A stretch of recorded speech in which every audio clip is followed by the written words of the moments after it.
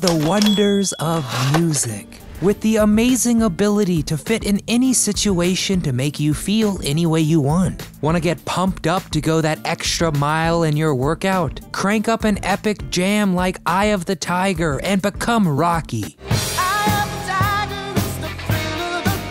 Want to relax and soak in the sun at the beach? Well, put on an easy pop single like Good Vibrations.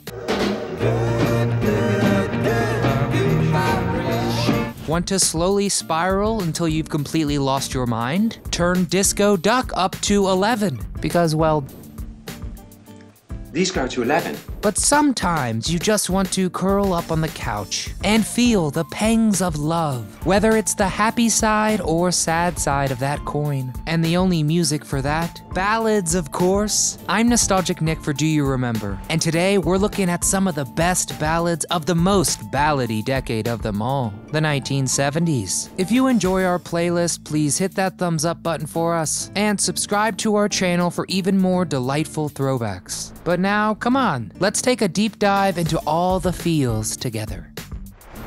Wonderful Tonight, Eric Clapton. And I'll say yes, you look wonderful tonight. Patty Boyd must be one hell of a woman. Imagine this, you're married to rock star George Harrison, and he writes Something, one of history's greatest love songs, about you. Fast forward 10 years, you've divorced Harrison and married his best friend Eric Clapton, who then writes one of the 70s most beautiful ballads also about you. Wow! And that song, of course, is Wonderful Tonight, one of Clapton's prettiest and most tender songs. It tells the story of a man who adoringly watches his lover prepare for a party, all the while marveling in how much he loves her. And like all the best love songs, it comes from a place of truth. Apparently, Clapton couldn't take his eyes off Boyd as they were both getting ready to go to Paul McCartney's annual Buddy Holly party, a party that I'm very sad to say I've never received an invitation to. I really should stop moving. I think we can all agree that Boyd deserves a hearty thank you for inspiring two of the best love ballads from two different decades. Without You, Badfinger.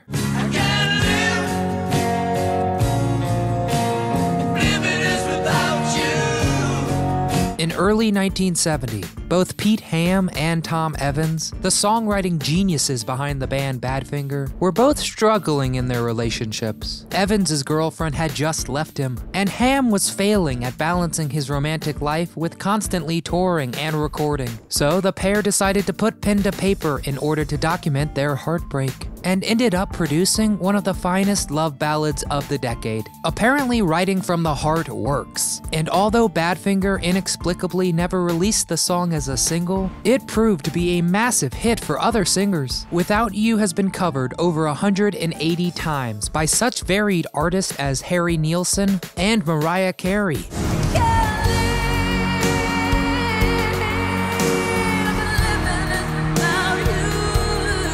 And legendary Beatle Paul McCartney has described it as being, quote, the killer song of all time. Sadly, the song's iconic line, I can't live if living is without you, could have been referring to the almighty dollar, as both Ham and Evans ended up hanging themselves a decade apart after disputes about songwriting royalties. A tragic end to one of the best love songs of all time. How Deep Is Your Love? The Bee Gees. And it's me you need to show. How deep is your love? Think 70s ballad and what band immediately springs to mind? That's right, the Bee Gees. At least it does for me, and my name is literally Nostalgic Nick, so... The Bee Gees dominated the decade with a string of hits like More Than a Woman,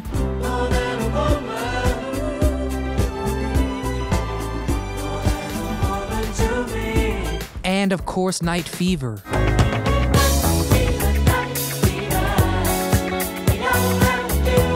But their most moving and heartfelt song was the slowed down ballad How Deep Is Your Love? The song was born when singer Barry Gibb asked the group's keyboardist to play the most beautiful chord you know, and what resulted was certainly pretty. A warm and loving song, How Deep Is Your Love goes beyond the superficial to ask a very deep question about love and relationships. And people everywhere couldn't help but swoon for the hit. It spent a then record 17 weeks in the Billboard Top 10, and also helped set the mood for one of the best films of the 70s, Saturday Night Fever. All by Myself, Eric Carmen.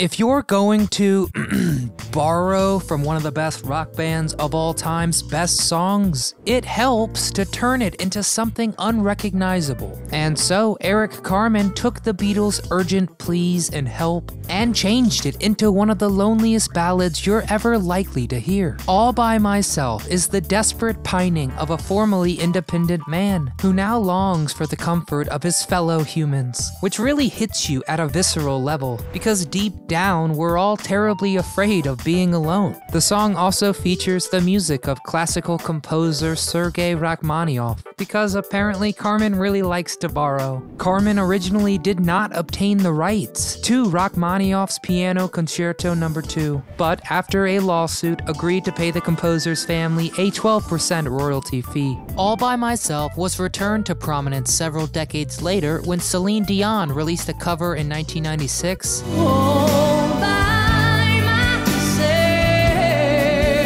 That shot to the top of the charts. But with all due respect to Canada's greatest export, Carmen's original remains the definitive version to this day. Wild Horses, The Rolling Stones.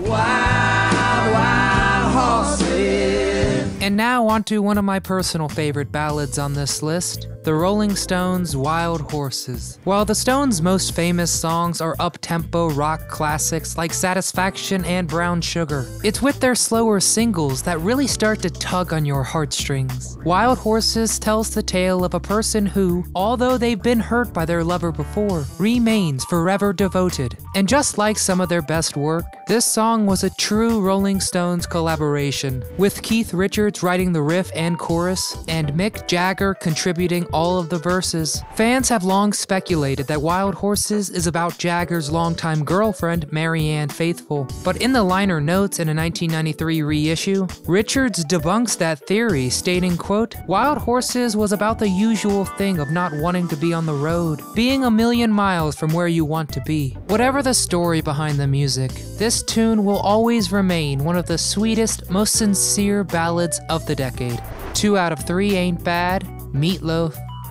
2 out of 3 ain't bad. If you think an overweight, long-haired biker named Meatloaf would be a poor source of fantastic 70s ballads, then you couldn't be more wrong, because choosing to highlight just one off of his 1977 masterwork Bat Out of Hell is next to impossible. But because it fits most snugly with the traditional definition of ballad, I've chosen to go with 2 out of 3 ain't bad. In the mid-70s, Meatloaf's ghostwriter Jim Steinman was complaining to a friend about how his music wasn't as popular as it should be. His friend replied that Steinman's music was too complicated, and couldn't he write simpler fare like Elvis's I Want You, I Need You, I Love You? Steinman tried his best, but the most uncomplicated he could get was I want you, I need you, but there ain't no way I'm ever gonna love you. Don't be sad, cause 2 out of 3 ain't bad. While not the simplest of lyrics, Steinman ended up writing an ardent and genuine take on unrequited love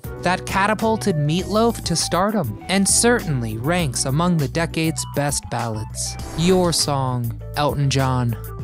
You can tell everybody this is your song. Before dominating the music charts in the 70s like no other, before performing to a sold-out Dodger Stadium decked out in a rhinestone baseball uniform, before knighthood, Elton John burst onto the scene with 1970's mildly understated and yet extremely beautiful ballad, Your Song. The single is simple, with Elton's signature piano accompanied by an acoustic guitar, strings, and some mellow percussion. When combined with the song's innocent narrator self-deprecatingly attempting to vocalize his feelings, what results is one of the decade's sweetest ballads. Your Song was an instant hit and shot Elton to stardom. John Lennon even remarked upon hearing the single for the first time, saying, quote, "Great, that's the first new thing that's happened since the Beatles happened," and that there was something about Elton's vocals that was an improvement on all English vocals up to that point.